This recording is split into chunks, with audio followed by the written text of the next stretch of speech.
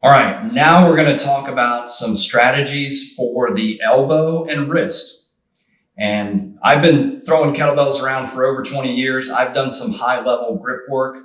I was the 11th guy in the world to bend the red nail, close the number 3 gripper. I've done some pretty good grip strength and grip feats. I've done a lot of pull-ups. I know what it's like to get a little irritation at the elbow, whether it's tennis elbow, golfer's elbow, or whether you're just kind of getting sore from clean snatches and just kind of the overall stretch.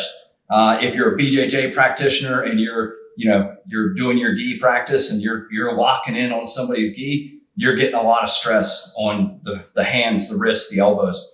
So these are some strategies that you can put in place to help open that area up. So first one is just a really simple wrist stretch, and that stretches the flexors and extensors of the forearm. So from kind of a seiza type position, I'm going to point those fingers directly behind me. And my first goal is to just get that palm of the hand back on the ground. Now notice my shoulders are in front of my hands at this point. And I don't have much of a stretch here.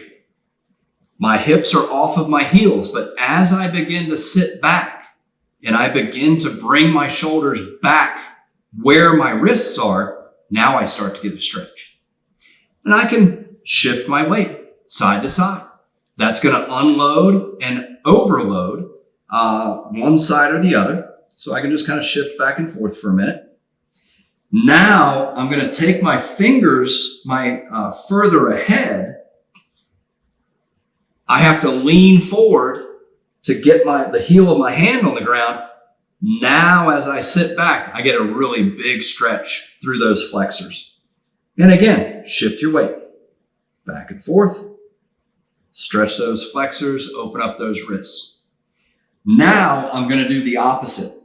Now my fingers are going to point behind me, and I'm trying to take the back of my hand to the ground.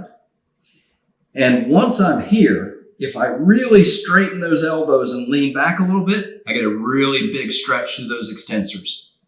Now I'm going to internally and externally rotate my shoulders. So I'm not shifting weight and overloading. I'm just letting the internal, external rotation of my shoulders change the stretch on those extensors.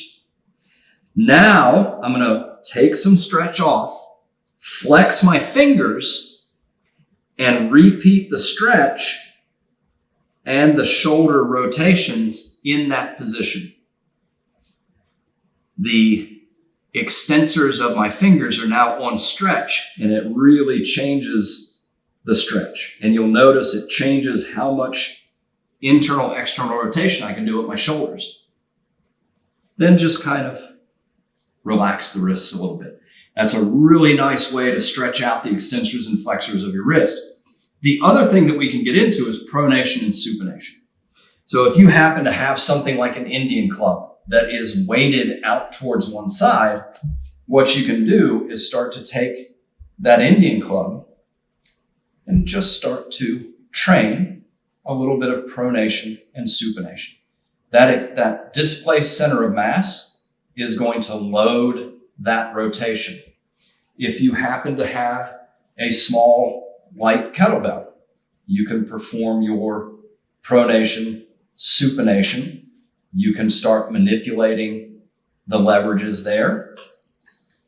Now we're working through different patterns. I still like my Indian club.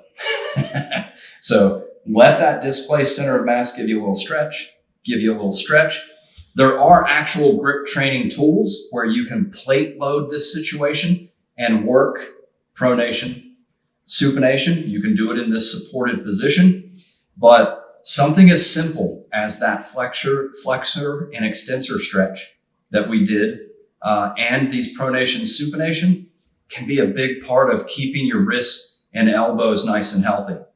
Enjoy.